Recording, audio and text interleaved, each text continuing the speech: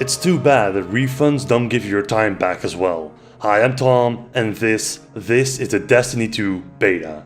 Now, the regular disclaimer is of use here. I won't give a score at the end, seeing that this is not a complete project yet, and because it's a work in progress build, things can change up until the full release of the game. However, that does not mean that what is here is not a damn disgrace. And even though it's due to change in minute detail, I can't see it change in the way I want it to, in order to justify a full purchase. So before my head is about to catch fire, let me tell you all about the Destiny 2 beta. Let's dive in.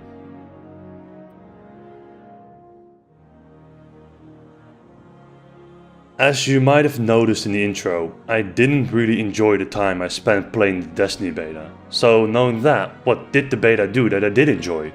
The gunplay for one, which hasn't changed in the slightest since the first game, is still good. The weapons are almost carbon copies of the first game, with granted some new innovative things like grenade launcher and miniguns. But those were fun to shoot in Destiny 1 as well, so no harm done. The near exact abilities you had from the first game are just as well implemented in Destiny 2 as they were in Destiny 1, and have a good impact on which way you want to play. That being the role of a Titan, Hunter, or my favorite pick, the Warlock, each with the same bar to fill until you get a different ultimate to unleash upon your enemies, which have no chance to survive. And while we're on the topic of enemies, we actually have a villain in the story now, one that you can hold on to direct your hate towards as he beats your ass into a pulp. And no, you know what? The entire beta already feels rehashed after one mission. This entire thing feels like a new DLC for Destiny 1. I've played all the DLC of the first game, the Failure Below, the House of Disappointment and the Taken Who Gives a Fuck King. All of it was a grind to play while your RNG based loot system shoved broken hopes and dreams into your ass. And from what I've seen in this beta, this is no different. The strike looks like, no wait, it is the same pointless shit we've seen before. You fight waves and waves of enemy until Dinklebot 2.0 is done scanning something, just to move up to the next wave-based section, and you do this until you fight a boss in an end arena, who is nothing more but a bullet sponge with a critical hit spot in his chest. For the love of God, give me a break. If I wanted this, I would have played some indie VR game. At least that needs some actual thoughtful input. Small rant aside, I can give it to you as simple as this. If you liked Destiny 1 and all of its DLCs, you will like this game.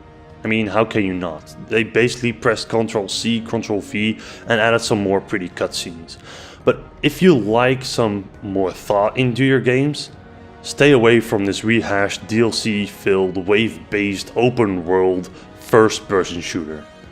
I now realize though that up until this point I've only talked about the player versus environment, or PvE. You also have multiplayer, or the Crucible as they call it. It's not bad, it's just mediocre as all hell, because there's no progression or rewards aside from RNG based loot at the end of the match. Oh boy, I can't wait until I get another 5 of these.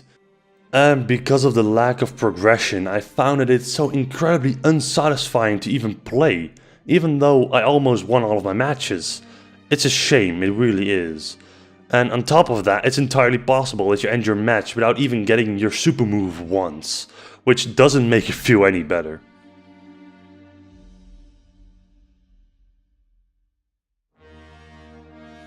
The Destiny 2 beta feels like the next DLC for Destiny 1. It's that simple.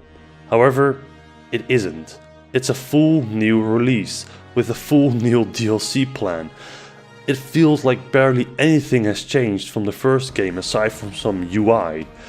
Although, I have to give Bungie this, the graphics and music are pretty goddamn amazing.